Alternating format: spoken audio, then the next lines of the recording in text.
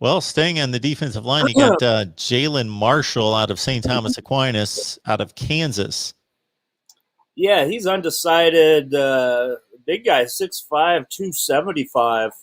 Oh yeah, I'll be interested to take a look at this kid up close and personal. Overland Park, Kansas. He must. There must be some ties there. I'm thinking with Turner Corcoran possibly.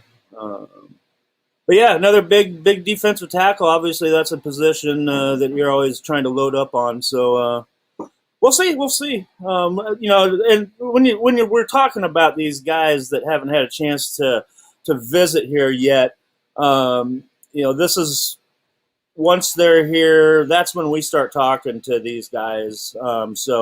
Those phone calls start going after their visit weekends are over and they're back home. So we start to learn a lot more about how closely that these guys are. But right now, he'd be number one on Nebraska's board on that defensive line. So if you want to say wish list wise, right now Jalen's up there at number one. Okay, we've got an offensive tackle in Ashton Craig out of Indiana.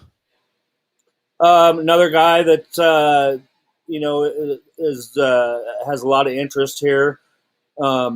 Indianapolis. There's a few prospects that are like in Nebraska right now from that area, and he's another big-bodied guy that looks like he'd fit in here. And like I said, we'll know more about his thoughts here after he heads back home. Justin Williams out of Dallas, Georgia. It seems like the Huskers and Scott Frost going to Georgia quite a bit here recently. And again, Justin Williams, running back out of Dallas, Georgia. Yeah, I think, we've talked a lot about the state of Georgia and the success that Nebraska's had there. And I think that's maybe your biggest target state now. And you're always looking at these skill type guys coming out of the South like that, and you hope that they like coming and playing in the cold a little bit. So another guy that they covet quite a bit. So a lot of Georgia ties as well. So I figure when he's here, he's going to get the 5-star treatment from those other Georgia natives that are on the roster. Chicago, Illinois' Valine Eriksson is an offensive tackle coming in this weekend. Yeah, if I'm not mistaken, I think he's been here unofficially already. So he's making this one his official, and they've got him very high on their board, and vice versa. He's got plenty of interest in Nebraska, so I wouldn't be surprised if he might be a kid that pulls the trigger soon and commits. Tight end, good position for the Huskers in recruiting the last few years. Chase Androff out of Lakeville, Minnesota, 6'6", 230.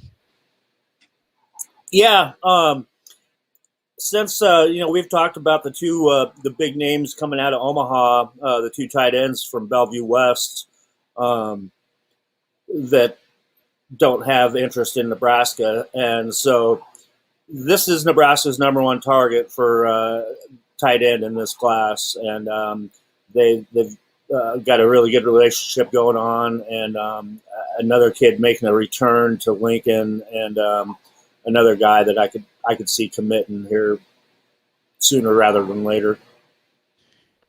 Here's a quarterback for the 22 class visiting this weekend, Richard Torres out of San Antonio. Yeah, he's now the number one target quarterback for this class, and he's going to be in, and he's doing a private workout. Or actually, no, he's not going to work out. Yeah, that's the funny thing is he actually asked Coach Verduzco if he wanted him to throw and participate in Friday Night Lights, and Coach Verduzco and Coach Frost said, "Nope, don't need to see you throw. We've seen enough." We had been talking a lot about MJ Morris being that big key or that big target at quarterback. Nebraska's moved on from him, and now Torres is that number one target, as well as the other quarterback out of Hawaii. Would be their 1 and 2 targets right now, and they're working hard to get him in for a visit as well. Which those kids out of Hawaii haven't. The COVID's really hurt their recruitment, and with Nebraska's ties with that state, if Torres doesn't pull the trigger, then look for him too. And the final official visit for this weekend. There we go again. I thought I was safe. I guess I wasn't. Good golly. Landon Sampson, wide receiver out of South Lake, Texas.